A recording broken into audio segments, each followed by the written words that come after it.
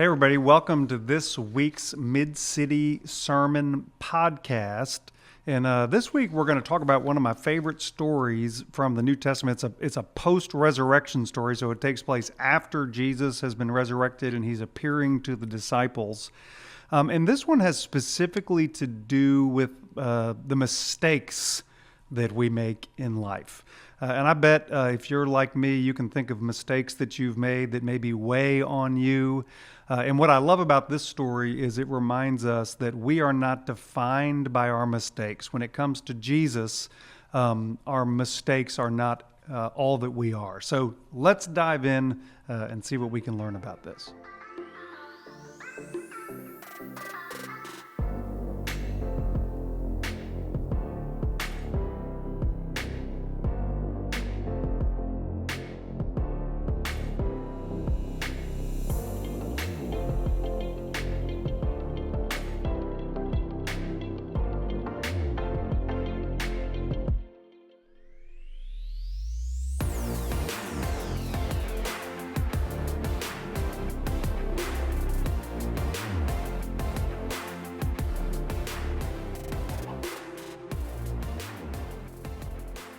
So can you think of a mistake that you wish you could undo? Maybe it was a sharp word that you wish you could take back. Maybe it was an opportunity to stand up for someone, but you stayed silent. Maybe it was a moment of fear or anger or pride that got the better of you and you really hurt someone that you love. And I think we all have these kinds of moments in our life. I could share some terrible stories about me with you all. And we all carry regrets because of these types of things. But this is one of the reasons I love this story so much that we're going to look at today. And it's a story about how Peter just really messed up and how Jesus kind of helped him to come back from that mistake. So I want to read this to you. It's a little bit of a long reading. This is our last sermon cast for the summer, so so if I go a little long on this one, y'all, give me some grace. But anyway, so this is from John chapter 21, and I'm going to read verses 1 through 19. So here we go. After these things, Jesus showed himself again to the disciples by the Sea of Tiberias, and he showed himself in this way. Gathered there together were Simon Peter, Thomas called the Twin, Nathanael of Cana in Galilee, the sons of Zebedee, and two others of his disciples. Simon Peter said to them, "I'm going fishing." And they said to him, "We will go with you." Then they went out and got into the boat, but that night they caught nothing. Just after daybreak, Jesus stood on the beach, but the disciples did not know that it was Jesus. He said to them, "Children, have you caught no fish?" And they answered, "No." And he said to them, "Cast the net on the right side of the boat, and you will find some." So they cast it, and now they were not able to haul it in because there were so many fish. The disciple whom Jesus loved said to Peter, "It's the Lord." When Simon Peter heard that it was the Lord, he put on some clothes, for he was naked, and jumped into the sea. But the other disciples came in the boat, dragging the full net of fish, for they were not far from the land, only about 100 yards off. When they had gone ashore, they saw a charcoal fire there with fish on it and bread. And Jesus said to them, "Bring some of the fish that you've caught." So Simon Peter went aboard and hauled the net ashore full of large fish, 153 of them. And though there were so many, the net was not torn. Jesus said to them, "Come and have breakfast." Now none of the disciples dared to ask him, "Who are you?" because they all knew it was the Lord. Jesus came and took the bread and gave it to them and did the same with the fish. This was now the third time that Jesus had appeared to the disciples after he was raised from the dead. When they had finished breakfast, Jesus said to Simon Peter, "Simon, son of John, do you love me more than these?" And he said to them, "Yes, Lord, you know that I love you." Jesus said to him, "Feed my lambs." A second time he said to them, "Simon, son of John, do you love me?" And he said to them, "Yes, Lord, you know that I love you." And Jesus said to him, "Tend my sheep." He said to him the third time, "Simon, son of John, do you love me?" Peter felt hurt because he said to him the third time, "Do you love me?" And he said to Jesus, "Lord, you know everything. You know that I love you." And Jesus said to him, "Feed my sheep." Very truly, I tell you, when you were younger, you used to fasten your own belt and go wherever you wished. But when you grow old, you will stretch out your hands, and someone else will fasten a belt around you and take you where you do not wish to go." He said this to indicate the kind of death by which Peter would glorify God. After this, he said to him, "Follow me." So again, I love this story. It takes place after the resurrection, so it's known as a post-resurrection experience or appearance. And Jesus appears to the disciples at the Sea of Galilee.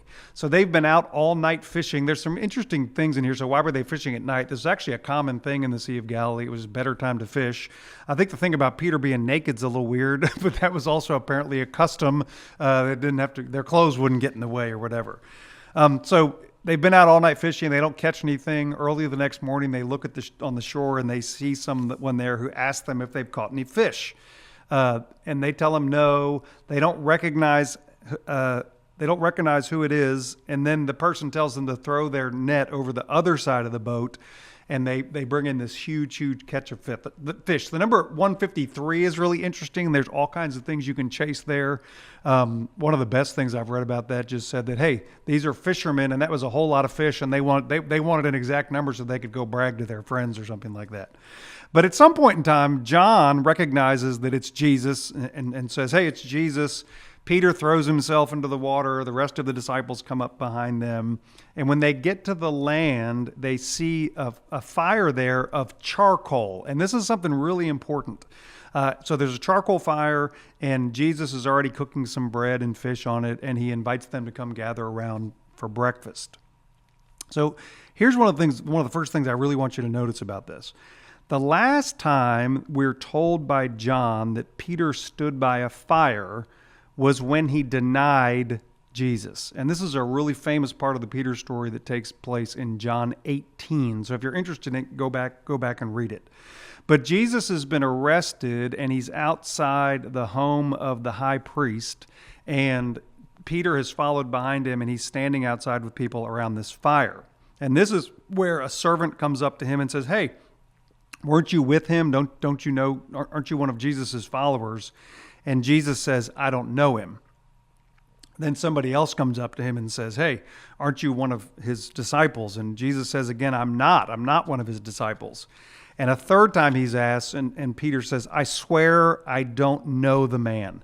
Now, if you know Peter's whole story, like he's a person who all along has said, Jesus, I'm going to be there with you. I'm going to go with you all the way to the end, And so he had this sense about himself that when these times of difficulty and trial came up, that he was going to stand up and kind of be somebody bold and brave.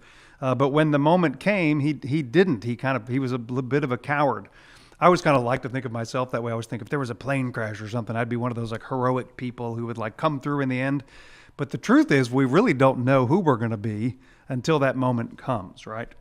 But here's the thing. All of this takes place around a fire in this courtyard of the high priest. Well, do you know what kind of fire John tells us it is? It's a charcoal fire.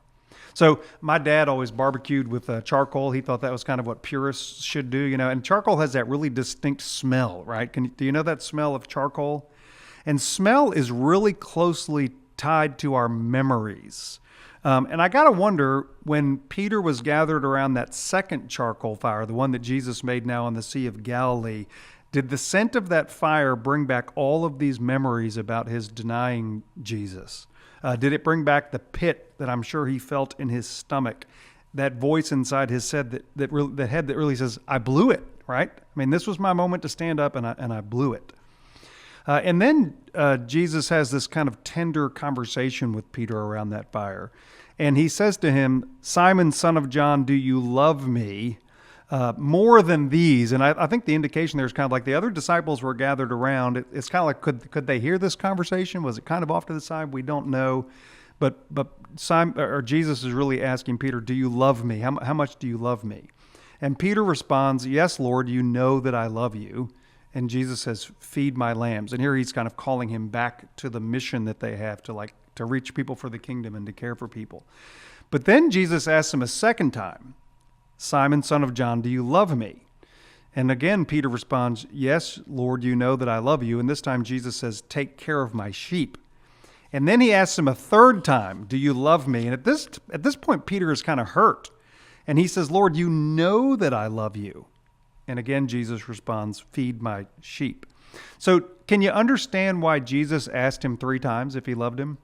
How many times did Peter deny him? This is kind of a famous part of the story. He denies him 3 times. So in order to kind of like walk Peter back, he denied Jesus 3 times. Jesus asked him to affirm his love for Jesus 3 times. So we have 3 denials. We have 3 affirmations. I think what we have here is 3 wounds that Jesus is healing. And I want you to note that he doesn't scold Peter. He doesn't lecture him. He doesn't say, I told you so. He's just there for him as a friend would be. So I just want to take a moment and ask you, have you ever felt like Peter? You know, ever felt like you just really messed up, felt ashamed, embarrassed, like you've blown it so badly that maybe God should give up on you? Maybe you're feeling that way right now. And again, I want to tell you, I have certainly felt that way at times in my life. But I really want you to hear this, and I want you to think about this interaction that Jesus had with Peter. With Jesus, we are never defined by the worst thing that we've done. And I would add to that, I don't think we're defined by our worst thoughts, our worst moments. We are more than our worst mistake. And with Jesus, our failures do not get the last word. Grace does. So a couple of things to note here. So I got to think when Peter first went to that charcoal fire and maybe all those memories kind of came running back for him, I wonder if he wanted to run. Ever want to run from your mistakes? Ever want to just completely avoid them? And I think that's like, again, it's kind of human nature. But it's important to note here that Peter didn't run. He sat down at the fire with the person he denied. He's kind of facing that hurt part of himself, right? The second thing I think we need to note is this. Jesus doesn't just forgive Peter. He calls him forward into love and into service. So Peter becomes this really, really important figure in church history. And I think it's fascinating that the disciple who denied Jesus goes on, first of all, in Acts 2 to become this great, bold preacher about Jesus and the resurrection. It's like he's kind of gotten over his fear a little bit. We're told in the first sermon that Peter preaches in Acts 2 that thousands of people come to Christ. Catholics know Peter as the first pope. He is the Bishop of Rome. And it's really important that it's not because he was perfect, but because he was forgiven. Jesus forgives us. Yes, I think so that we can still have kind of an inner peace and we can kind of be at peace with ourselves.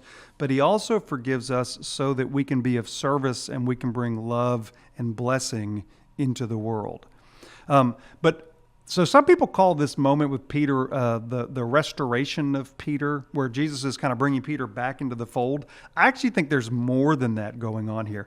I actually think that Jesus is promoting Peter.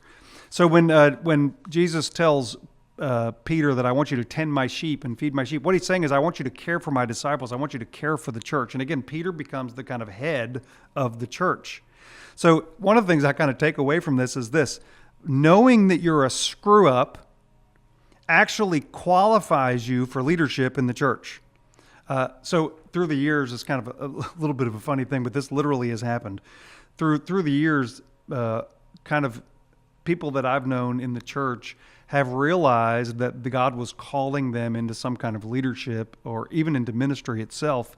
And more than one time, people have said to me, Brady, when I look at you and I see how God can use you, I think maybe God can use me. And I lift that up to say, like, I have been a major screw up in my life. I sometimes think that, God kind of looked around the earth at some point in time and said, let me find the most messed up person I can find up. I'm going to use them, right? Let me find the messed up person.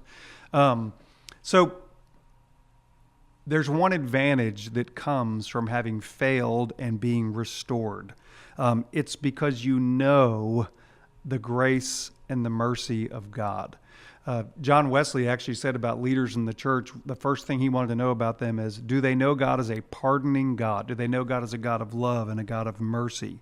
And it's from this place of humility and woundedness that God can launch us into new purpose. The Christian writer Henry Nouwen says that often Christian leaders are wounded healers. They are people who recognize their own need for grace and are best equipped to be able to extend that mercy and grace to others. So again, I kind of want to ask you, have you been in this place where you've just felt like you're being defined by your mistakes, defined by your failings? I want to make sure you know that with Jesus, that's not the way it works. Jesus wants to restore us. Jesus wants to meet us with grace. But again, not just so that we can kind of sit and feel good about ourselves again, but because he wants to use us to bless others. So I want you to think about it. Where is Jesus calling you to bring light into the world around you? Does he want to use you to speak grace to someone who might be carrying some shame? Does he want to use you to offer forgiveness when you know how much it might matter to someone? Does he want you to live not from your perfection, but from this place of love and grace that can bring healing into the world? So I want to say one last final thing about that. Forgiveness does not always come easily, but as Christians, I think we are certainly called to be a people of forgiveness. And just maybe one thing you can do is just think about, first of all, how you can receive that forgiveness that God offers you, and the ways that you can, again, bring that light and mercy into the world around you. So I just want you to remember this. You are not defined by your mistakes.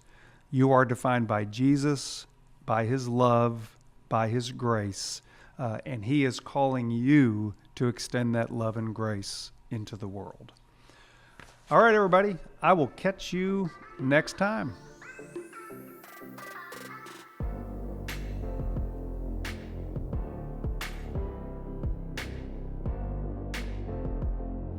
Thank you for joining us for this week's episode of the Mid-City Church Sermoncast. If you'd like to find a home sheet, a resource that accompanies the sermoncast that has more questions to explore, the scriptures we use today, and more information, you can visit our website, midcity.church/sermoncast. If you'd like to support Mid-City Church by giving, please text the word GIVE to 225-307-0662. Thank you for your generosity, and we look forward to seeing you next week.